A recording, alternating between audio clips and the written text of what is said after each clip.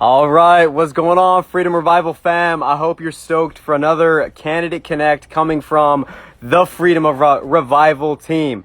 All right, so as the June primary begins to really take off, you've got to be wondering of authority.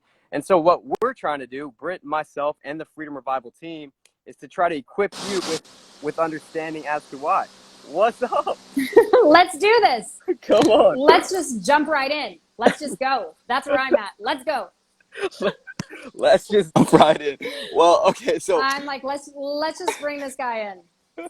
Well, let's do a quick intro, just because we have to. Let's do an intro. All right, Okay. So what is the Freedom Revival? Real quick synopsis. Okay. Freedom Revival is a group of leaders in Southern California that are Christians in recognizing if we get engaged, we can save this state, we can save this county, we can save our communities. But the only way that happens if we, the people, begin to learn our responsibility and our role in our communities. Yes. You got something? Okay. And No, then I would say, I want to say too, just that Oh. it's, you know, you'll get really used to seeing Sean and myself up here. Yes. But there are so many who stand with us, and it's a body. So we're all equally Totally. important. So down in the comments, if you have questions, you can hit that question button. And also Kristen, who is Freedom Revival, she'll be down there answering any questions you have. And then there's that little arrow down in the right. Feel free to share this with all your friends and family, because if you are in California, this guy is going to be on your ballot. That's right. And then let's touch real quickly on these voter guides. We have printed a ton of these that we've dispersed around San Diego County, specific They're locations. so good. We're going to be putting up a map of those locations, so you have the ability to go pick up a stack and then take them to your communities, because we, the people, are responsible to preserve our republic, because the republic is on the back of the people, the citizens, right? Yes. And then on top of that, one more thing, and then we'll just bring them in, is the voting centers. The primary is less than a month away. You still have time. If you want to work the polls in the sense of work at a voting center, or if you want to secure a drop-off, a ballot drop-off, or you want to deliver ballots from the drop-off location to the registrar of voters, or if you want to be a watcher, a technical inspector, we need volunteers. We need people to go work the polls. Get engaged. You can't complain if you're not getting engaged. Yep, that's absolutely right. All right, let's bring this guy in. Let's bring him in. We are Go ahead. we're going to be bringing Jim Gibson in. He is State Superintendent of Public Instruction, is the seat that he is running for. And I'm really excited for you guys to get to know him, just because his story is, it's so cool. He's not your typical politician who is the career politician, but he's been fighting the good fight in a seat for a long time. So, Mr. Jim Gibson, how are you? I'm doing fantastic. How are you guys doing? Thank you so much for joining us for this little bit just to chat. Totally. I'm happy to join you. Thank you. Well, All right, for Jim. those who may not know who you are, Go ahead. why don't you just give us, in a little bite-sized sample, just who you are and what your background is?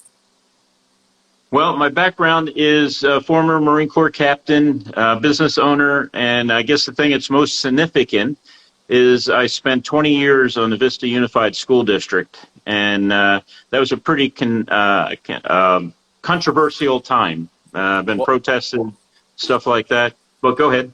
Why would people protest you as a school board member? Because I was the only conservative on the school board, and I stood up for parental rights. I stood up for pro-life issues, stood up for good teachers, and did a lot of reforms while I was there. So they were losing power while I was there, and parents were gaining in power. Wait a second. Let me clarify. Are you saying they were protesting against you because you wanted good teachers? Yes. Well, many things. They trashed my car. They harassed my family. They harassed my kids. Yes. Would line up on the school board, and they'd get their activists and they'd yell at me for hours. Really? So You went through all of that, and then you're still thinking about making another run. Why? well, not only just a run, but this is a statewide office. So if I get elected, I'll be the highest elected official in the state of California when it comes to public education. That's Wow. amazing. Can you break down what exactly is the State Superintendent of Public Instruction, or secretary? Superintendent. Like, what does that even mean, Jim? Could you help us understand? Sure. That's the person who sets policies and procedures and issues like that for the state. And of course, the school board, the state school board, is appointed by the governor. And people say, well, how can you make a difference? Well, I made a tremendous difference on the local school board, and people would say the same thing when I first got elected. And one of the highlights is that I discovered that the teachers union was actually taking money out of the budget for their own purposes. So I sued the CTA, California Teachers Association, and I also sued the NEA and won.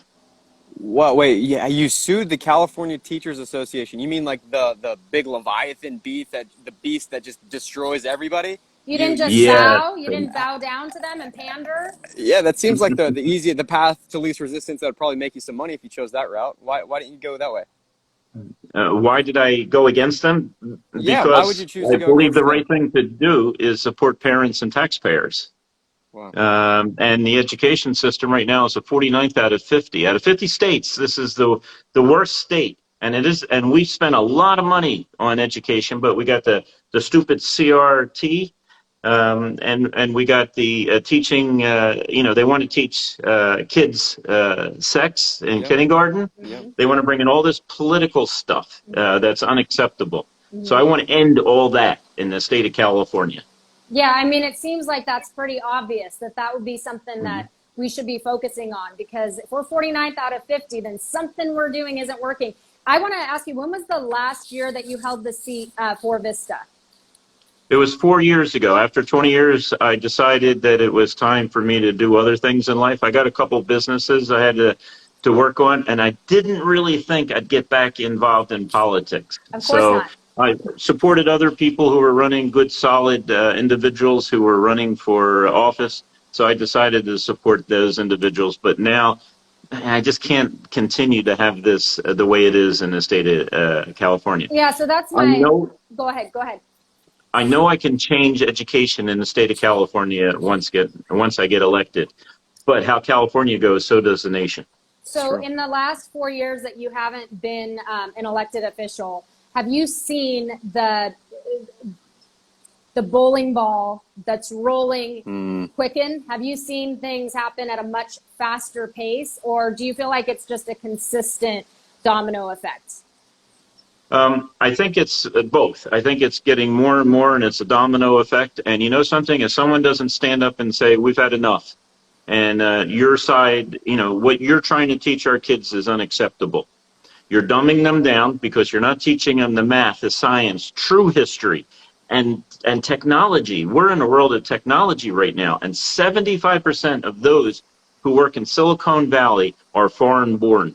Why aren't we training our children to take those well-paying jobs in technology? That's my background is technology. I'm a cybersecurity person, and I've owned IT businesses with employees for 30 years. I want to ask you about that a little bit, Jim, because I think that sometimes people can think a position like this, you must have been an educator or you must have been highly educated. But I was reading about you, and I love this. I'm just going to read this out loud. Due to the shortcomings of the system, at age 16, Jim, at age 16, was still unable to read simple sentences. Jim decided that if he was ever going to learn to read, then he would have to do it on his own.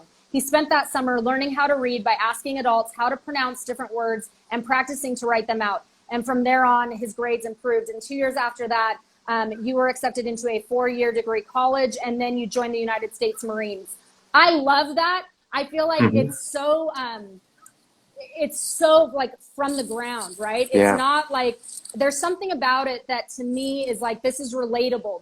Because we are seeing a failing education system collapse in front of our eyes. And here you are, and all these years ago, you were the product of that, and you rose above your challenges. So I would love for you to just talk a little bit about that background and how that affects your worldview of the system now. Well, I became a Christian when I was 16, and that changed my life. And I couldn't read, and I desperately wanted to read the New Testament. So I got a real simple book, Good News for Modern Man, probably 3rd grade level. And as you have already explained, I went through that process of learning how to read that summer. As soon as I went through that process, my grades shot up. I did fantastic. Everything else was able to get into college. Now that's one of my passions. So when my children were in the school district, public school system, many, many years ago, they started saying they didn't need to learn how to spell, and they were using whole language rather than phonetics. So I decided that, I needed to get involved, and that's when I got involved. And let me tell you, when you're the only conservative on the school board, you study hard, so no one can say, well, you didn't do this, or you didn't do that, or you don't understand this issue. So that became my passion, was to increase the quality of education in my district. And I'm the only one running that actually has any background in this. That the others running have never been on the school board. They've never had tried even to do some of the things that I've done, such as sue the CTA, such as doing away with abortion. What do you mean? Wait, what do you mean doing away with abortion? Can you clarify what that means? Are you talking about the access out in schools? What on the California Educational Code, it says that school board trustees can release students for confidential medical treatment. So confidential means that they're not going to tell the parents. That's totally unacceptable. Medical treatment is just a buzzword for abortion. So what happens is a parent drops off their girl at the front office, the front door of the school. They walk right through the school, they get in a school van, and are taken to an abortionist. Whoa. So I argued that that's totally unacceptable. Even if you're pro-choice, do you really want your child having a major medical procedure done that you haven't approved and that you knew nothing about? That's unacceptable. So when I did this, sorry, keep going. I got the other 4 people on the board to agree with me on this issue after parents showed up and complained. And then once it was passed, the national NPR, National Public Radio, wanted to interview me. And their argument was, well, there's no other school systems in the San Diego County that's, denying this service.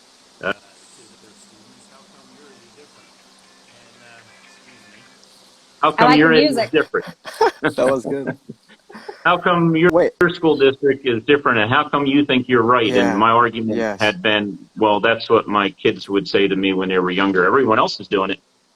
That's right. So you were the first, well, actually, it sounds like you're the first person, yet let alone the first district, to remove this policy where children had the authority to go into the public school, and the public school would take them to get an abortion. You stood in the gap to remove this policy? Yeah, I stood in the gap to remove the policy, and I could not have done it until the parents were informed, and they showed up at school board meetings concerning this issue. And also the great lawyers at the Pacific Justice Institute also supported me, so that was fantastic. But, I was threatened with lawsuits and everything else over this. Nothing happened. I want to move into one of your issues, Jim, that you stand on, your ABCs. And for those of you watching, again, this is Jim Gibson. He is running for, it's going to be on your ballot if you are in California. So share this interview with anyone in California. He will be on your ballot.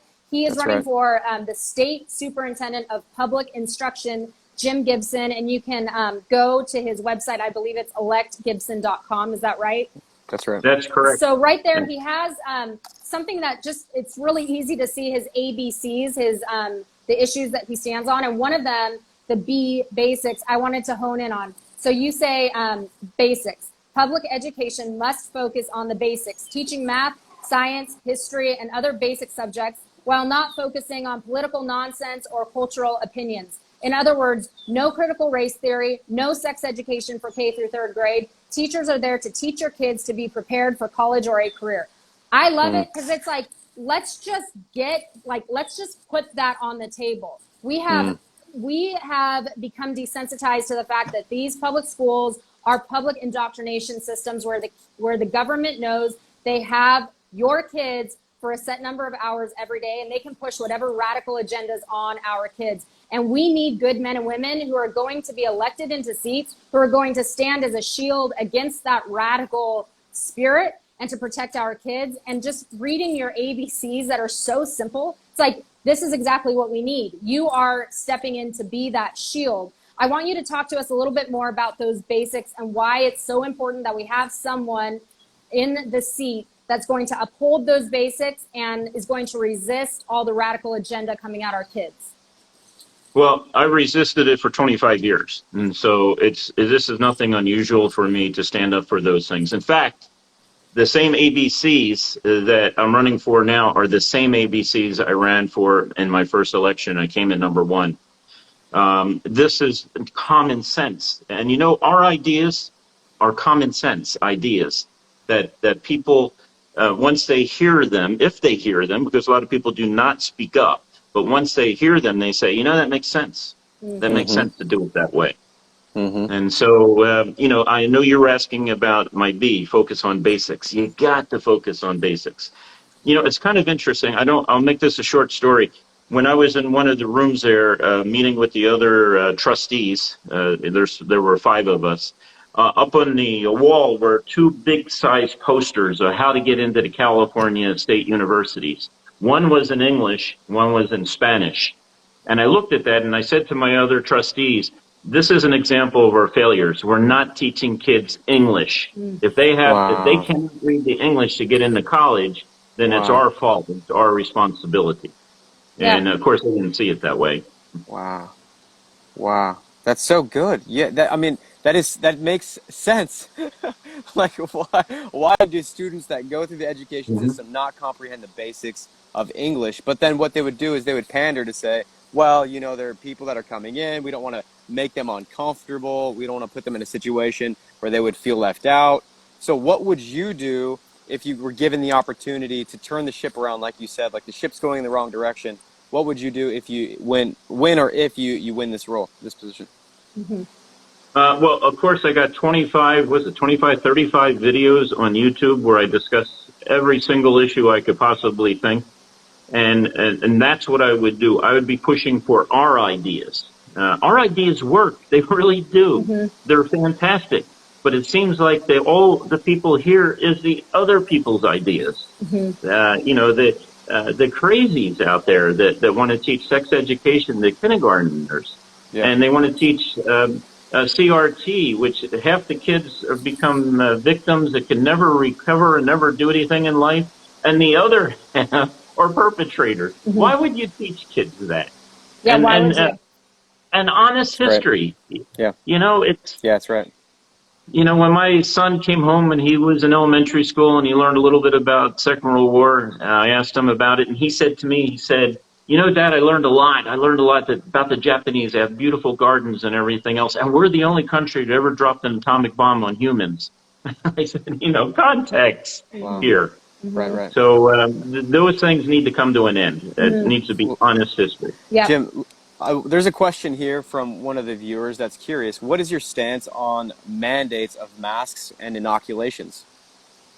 I don't. Mandates are unacceptable. If you as a parent want your kid to be in a mask while they're at school, that's fine. You can do that.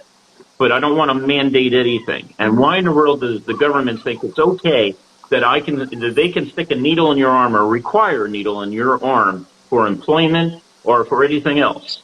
It is unacceptable. Amen. With that.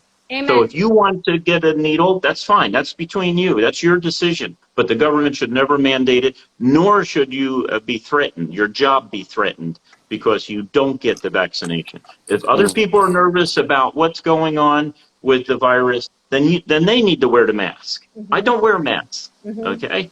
So if they have a problem with it, then they need to take care of it themselves. It isn't, to mandate anything in America. Where's our freedom? Yeah, amen. Where's our freedom? Hey, I'm going to ask you a raw question. So one of the candidates running against you is Lance Christensen, and his name pops up. And I would just love for you to just, in a real raw way, we're in living room conversation, tell people the difference between the two of you as far as you can say and why people should vote for you. What advantage you have over Christensen for this position? Lance has no experience in education at all. He's never been in an elected position.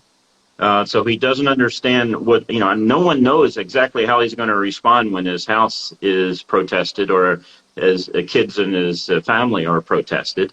Right. So he has no record of any of this. He's He's worked for people to write policies for people, not to actually live the policies, not to come up with them, you know, to affect education. So he's new to education. He's never been involved in this. This is his first race.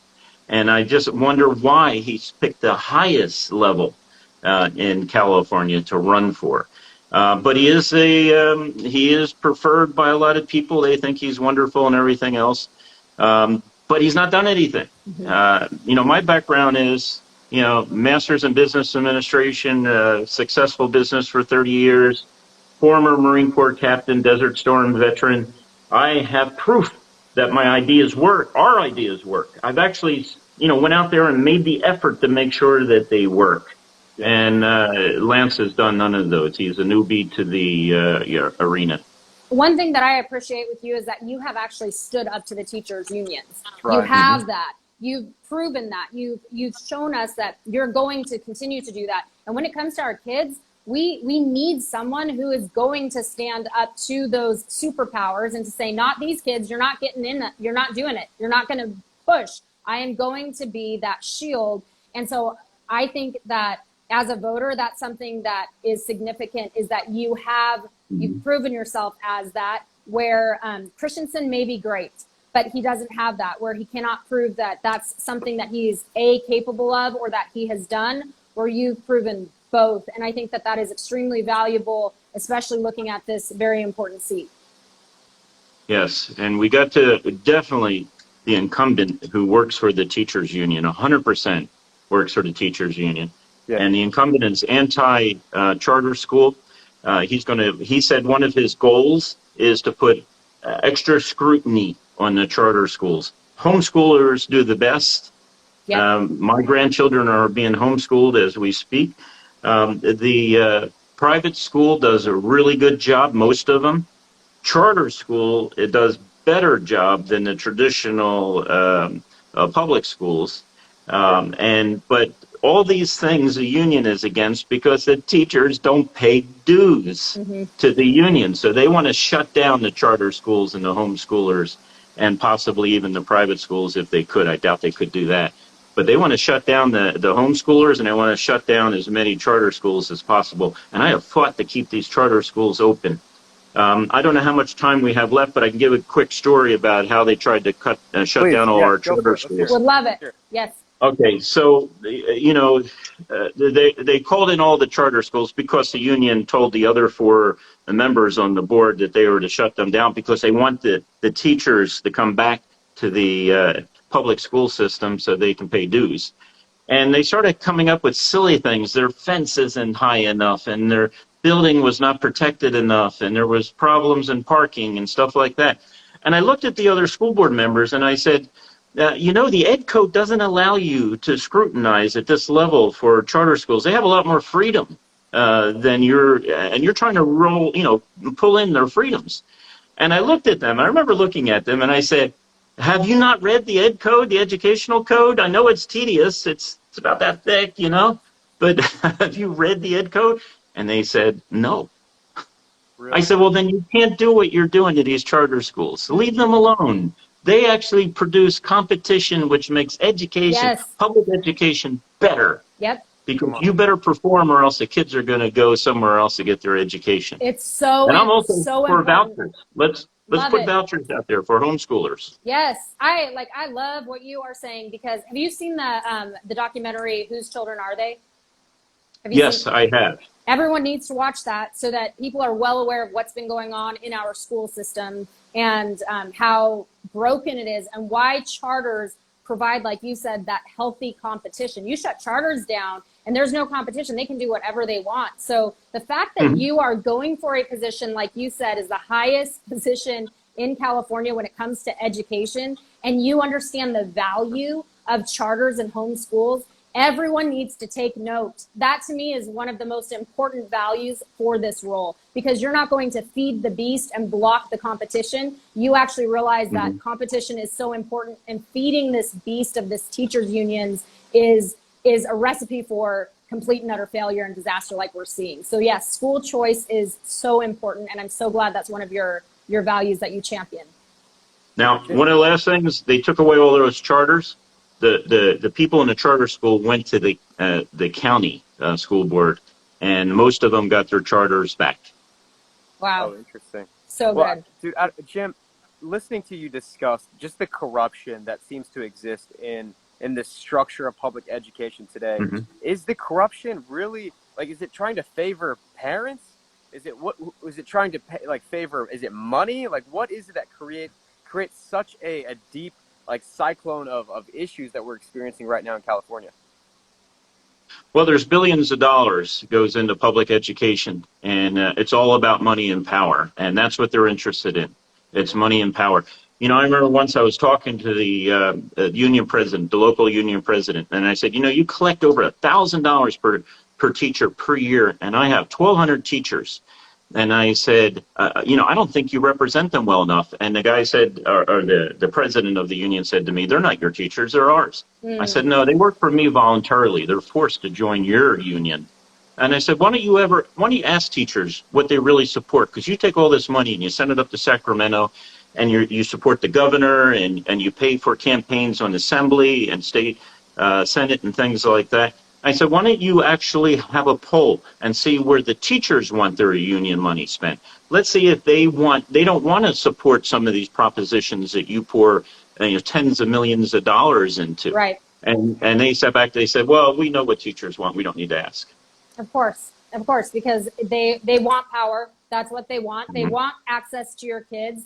They don't want people like you who are going to stand and block the madness. And for me, that's why I love you, and it's why we have wholeheartedly endorsed you, and we believe that you are the man for this incredibly important job.